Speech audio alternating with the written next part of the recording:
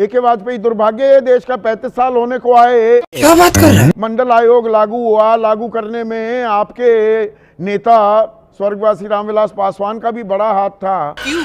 क्या हुई? और आज भी हम लड़ रहे हैं, गला फाड़ रहे हैं पिछड़े अति पिछड़ों को लेकर। शर्म की बात। संदीप जी, समाजवादी विचारधारा ही का बेस फाउंडेशन ही यही है कि जो अंतिम आदमी है, जो लास्ट पंक्ति में खड़ा है, उसको ऊपर लाए, उसका उत्थान कर। झूठ बोलो। कहाँ आ रहा है ऊपर? उसको वहीं पे खड़ा कर दिया। ये समझ कांग्रेस, अरे कांग्रेस को कब नहीं तक नहीं बहुत ऊपर आया, अभी गिना रहा हूँ। बार बार झूठ बोलो। 11 साल पहले आपको दे दिए, अतीत का ज्ञान देने लग जाते हैं। कांग्रेस अटका हुआ रिकॉर्ड है क्या? जो भी बोल सकते हैं सब झूठ बोलो। 11 साल की वर्तमान की अपनी उपलब्धियां भी गिनवा दो ना सर। जहां भी बोल सकते हैं झूठ बोलो। संदीप जी सुनो, संदीप जी हिस्ट्री बहुत पढ़ ली।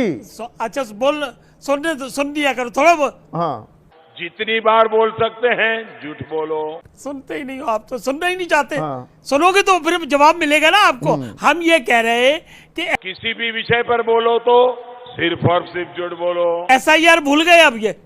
अब इन्होंने कहा कि SIR तो चलेगा नहीं, तो क्या करें? तो रिजर्वेशन पे आ गए, जाति पे आ गए, पिछड़ों पे आ गए। एक ही काम, झूठ बोलो झूठ बोलो झूठ बोलो। कौन लाया था मंडल कमीशन? पूछो जरा कांग्रेस से, मंडल कमीशन कौन लेके आया? हम लोग लेके आए थे। वो भी मजबूरी में आया था। अब अगर मैं सारी पोल पट्टी खोलने लगूं, वो भी मजबूरी में आया था। बार बार बोलो, बार बार बोलो, बार बार बोलो। VP सिंह की राजनीतिक मजबूरी हो गई थी, गद्दी बचानी थी। अरे कांग्रेस तो नहीं लाई। हाँ वो ठीक है। अरे क्या मैं क्या कह रहा हूँ, हम लेके आए नंबर 1।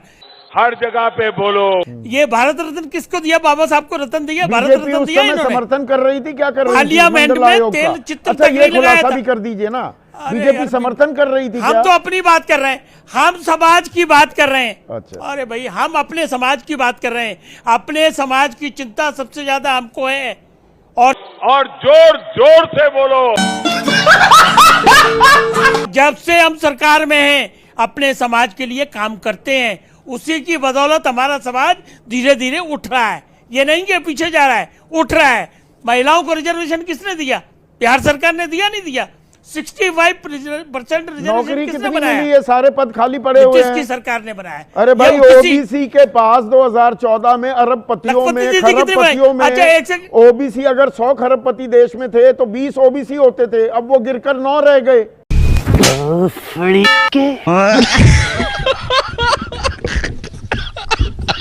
अरे बिहार पे कन्फाइन कर रहे हैं। बिहार में 15 लाख लखपति दीदी किसने बनाई?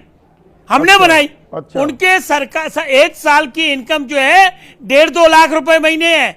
महिलाओं को, जो बच्चे स्कूल जाती हैं लड़कियां, उसको साइकिल किसने 1-2 लाख रुपए। देखो ये हमें महीने की 1-2 लाख रुपए प्रति व्यक्ति आय में सबसे गरीब राज्य है। नहीं, साल भर की, अरे साल भर की संदीप जी, साल भर की 12 में होता है 8.5 1 लाख 1.5 लाख। देखिए सुनने में कितना अच्छा लगता है। देखिए ये भद्दा मजाक तो नहीं कर रहे।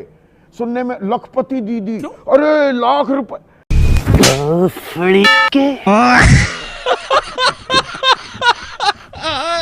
लाख रुपए कितने होते हैं? सुन लीजिए ना, गणित बता देता हूं। अरे सुन लीजिए ना प्लीज सर। अरे भाई, अरे सुन तो लीजिए भाई, सुन लीजिए।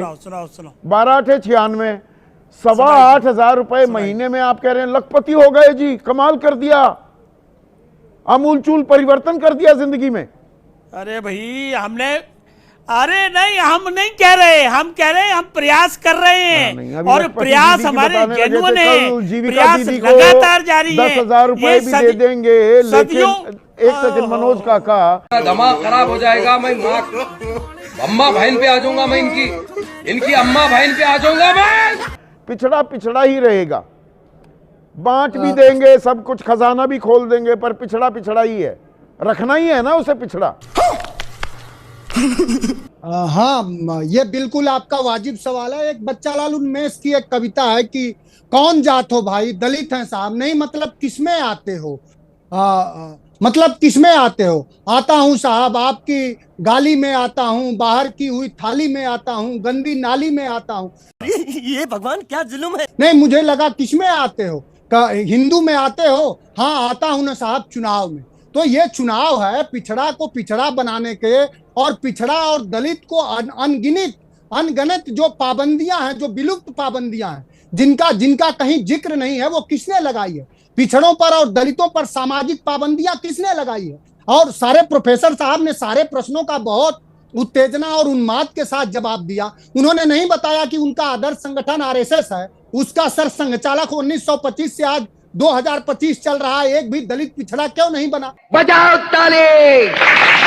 उसका तो सिर्फ एक ब्राह्मण, वो भी सर्वश्रेष्ठ ब्राह्मण जाति के बने। उन्होंने इसका जवाब क्यों नहीं दिया कि जो सरकार पिछड़ों और दलितों के उत्थान की बात करती है, जब इस देश में मंडल कमीशन लागू हुआ तो कमंडल लेकर के उत्थान कहाँ किया? आप लोगों ने भी परिवार का उत्थान कर लिया, पिछड़े वहीं के वहीं रह गए। हे प्रभु, हे प्रभु, हे हरि राम कृष्ण जगन्नाथ प्रेमानंद, ये क्या हुआ?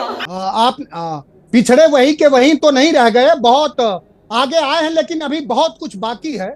समाजवादी पार्टी के अगर आए होते तो पीडीए का नारा थोड़ा बुलंद कर रहे होते। पिछड़ा, दलित, अल्पसंख्यक, ये तो आपकी चुनावी रणनीति हो गई है। आप समाज को बांटना चाहते हैं, जातियों में बटे रहे, पिछड़ा रहे।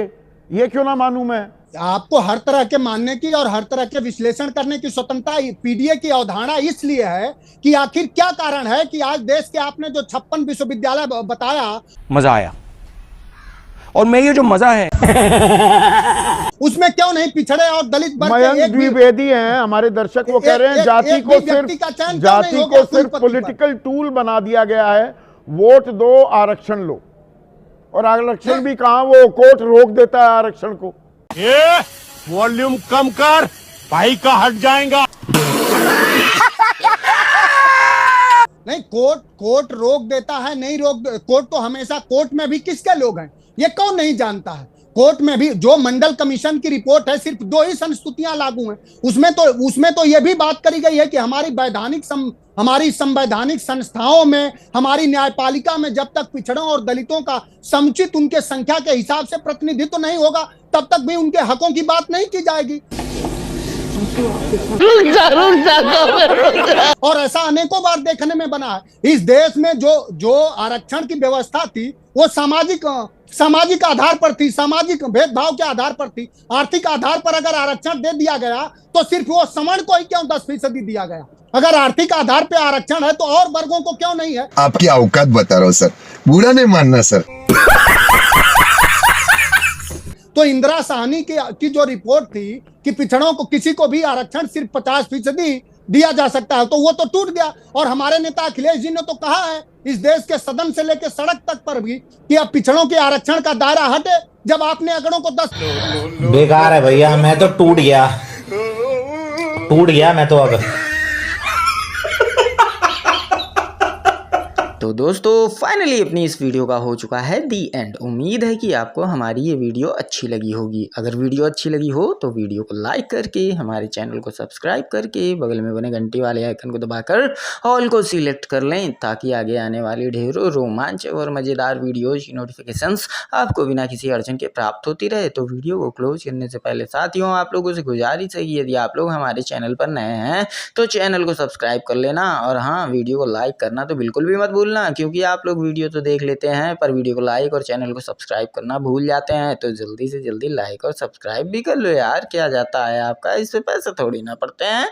तो साथियों अभी के लिए इतना ही, मिलूंगा नेक्स्ट वीडियो में। तब तक की खातिर स्वस्थ रहो, मस्त रहो, और जहाँ भी रहो सबसे आगे और फर्स्ट रहो। टिंग टोंग।